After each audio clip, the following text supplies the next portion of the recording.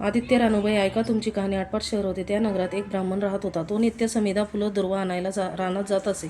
तिथे नागकन्या, देवकन्या वसा वसत होत्या. काय ग बायानो, कसला वसा वसता तो मला सांगा. तुला रे वसा कशाला हवा? उठशील मातशील, घेतला वसा टाकून देशील. उतत नाही मातत नाही, घेतला वसा टाकत नाही. तेव्हा त्या म्हणाल्या, श्रावण मास येईल तेव्हा पहिल्या आदितवारी मोन्यानं न बोलता उठावं, सचिव अंगावर असलेल्या वस्त्रासह स्नान करावं, अग्रोदक पाणी, कुणाचा स्पर्श न झालेलं ताजं पाणी आणावं, विड्याच्या पानावर रक्तजनाची आदित्य रानूबाई काढावी, 6 रेगाचं मंडळ करावं, 6 तुताचा तातू करावा, त्याला 6 गाठी द्यावा, पानफुल व्हावं, पूजा करावी, पानांचा विडा, फुलांचा चेला, दशांगाचा गुळ खोबऱ्याचा धूप नैवेद्य दाखवावा, 6 मास चाळावी, 6 मास पाळावी, बोटव्याची खीर, लोणकडं तूप मेहून जेवू सांगावं, असेल तर चोळी द्यावी, नसेल तर जोड गळसरी द्यावी, ती नसेल तर 2 पैसे दक्षिणा द्यावी आणि आपल्या वंशाचं उद्यापन करावं. असा वसा ब्राह्मणाने केला. त्याला सूर्यनारायण प्रसन्न झाला. भाग्यलक्ष्मी आली तेव्हा राजाच्या राणीनं ब्राह्मणाला बोलावं धाडलं. ब्राह्मण जात्यावेळेस भिवू लागला, कापू लागला. तेव्हा राजाच्या राणीनं सांगितलं, भिवू नका, कापू नका, तुमच्या मुली आमच्या इथे द्या. आमच्या मुली गरिबाच्या तुमच्या घरी कशा द्याव्या? दासी कराल, भटकी कराल. दासी करत नाही, भटकी करत नाही. राजाची राणी करू, प्रधानाची राणी करू. मार्गेश्वराचा महिना आला. ब्राह्मणांना लगीन करून मुली दिल्या. एक राजाच्या घरी दिली, दुसरी प्रधानाच्या घरी दिली. गेल्या पावली मुलीचा समाचार घेतला नाही. 12 वर्षांनी समाचारास ब्राह्मण निघाला. राजाच्या घरी गेला. लेकीनं बसायला पाट दिला, पाय धुवायला पाणी दिलं. बाबा गुळ खा, पाणी प्या. गुळ खात नाही, पाणी पित नाही.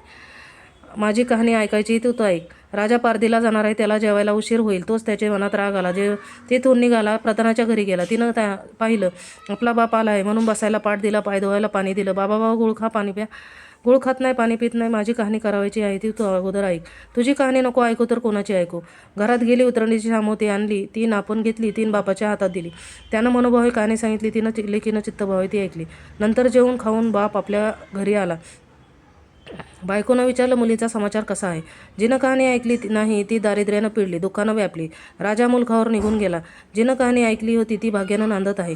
इकडे जी दारिद्र्य झाली होती तिनं आपलं लेकाला सांगितलं, मावशी घनघोर नांदत आहे, तिकडे जाऊन काही दिलं तर घेऊन ये. पहिल्या देतवारी पहिला मुलगा उठला. तळ्याच्या पाळी जाऊन उभा राहिला. अगं दासीनं, तुम्ही दासी कोणाच्या? आम्ही दासी प्रधानाच्या.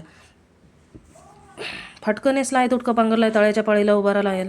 प्रधानाची राणी म्हणाली, परसदाराने घेऊन या. परसदाराने घेऊन आले. नाव माकू घातलं, पितांबर नेसायला दिला, जेव खाऊ घातलं, कोहळा पोकरला, होऊन मोहराने भरला. बाबा ठेवू नको, विसरू नकोस, घरी जतन करून घेऊन जा म्हणून सांगितलं. वाटेनं आपला जाऊ लागला.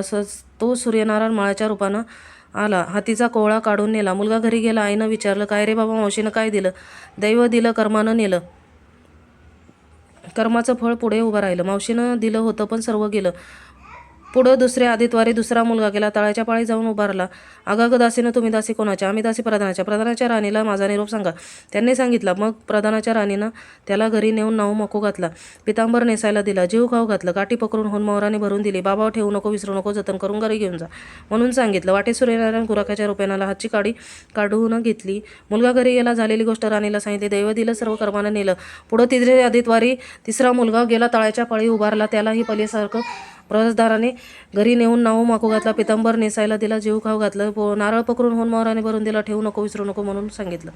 घरी जाताना विहिरीच्या काठी नारळ ठेवून पाणी प्यायला विहिरीत उतरला. तो नारळ गडबडून विहिरीत पडला. घरी गेला. आईने विचारलं, काय रे बाबा, मावशीनं काय दिलं? आई गं, मावशीनं दिलं पण दैवानं सर्व पुढालं.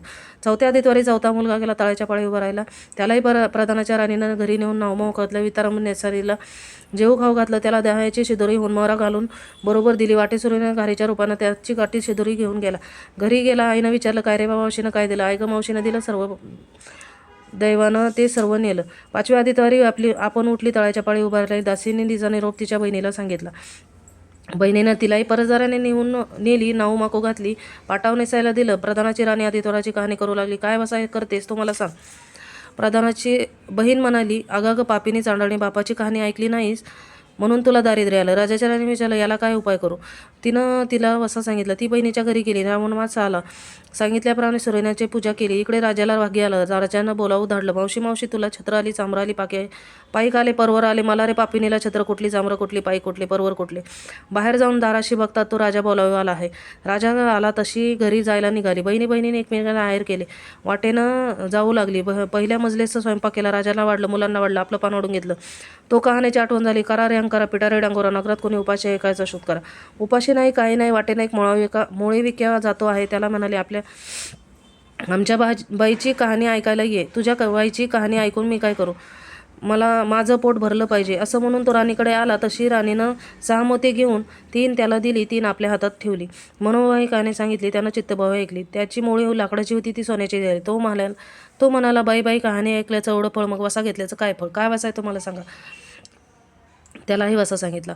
तुला रे वसा कशाला हवा? उचशील मातशी, घेतला वसा टाकून देशी. उतत नाही मातत नाही, घेतला वसा टाकत नाही. तेव्हा वसा सांगितला.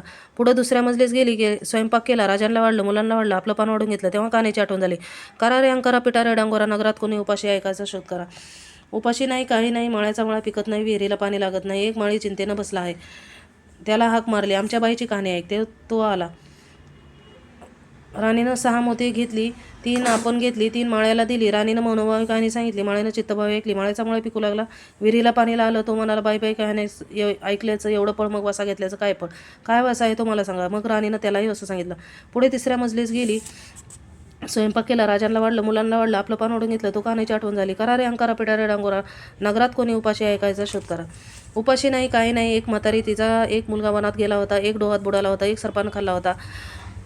त्यामुळे चिंताक्रांत बसली होती. तिला म्हणाले, आमच्या बाईची कहाणी ऐक. ती म्हणाली, कहाणी ऐकून मी काय करू? मी मुलांसाठी रडते आहे. बरं येते. मग राणीकडे आली. राणीनं पाहिल्याप्रमाणे तिलाही कहाणी सांगितली. तिनं ती चित्तभावे ऐकली. तिचा मुलगा वनात गेला होता, तो आला. डोहात बुडाला होता, तो आला. सर्पाने खाल्ला होता, तो आला. ती म्हणाली, बाई बाई, कहाणी ऐकल्याचं एवढं फळ, मग वसा घेतल्याचं काय फळ? काय वसा आहे तो मला सांगा? मग राणीने तिलाही वसा सांगितला. पुढे चौथ्या मजलीस गेली, स्वयंपाक केला, राजांना वाढलं, मुलांना वाढलं, आपलं पान वाढून घेतलं.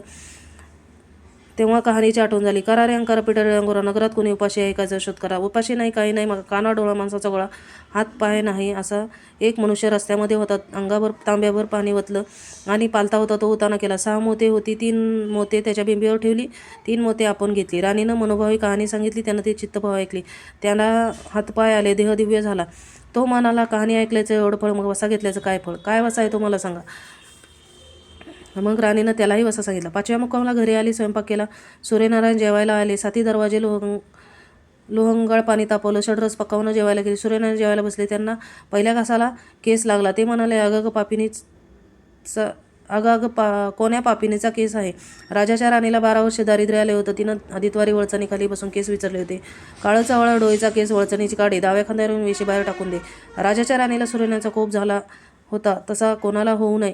ब्राह्मणाला, मूळविकाला, राजाच्या राणीला, माळ्याला, म्हातारीला, कानाडोळा माणसाचा गोळा, इतक्यानं जसा सूर्यनारायण प्रसन्न झाला, तसा तुम्हा आम्हा होई 60 उत्तराची कहाणी, 5 उत्तरे सुफळ संपूर्ण.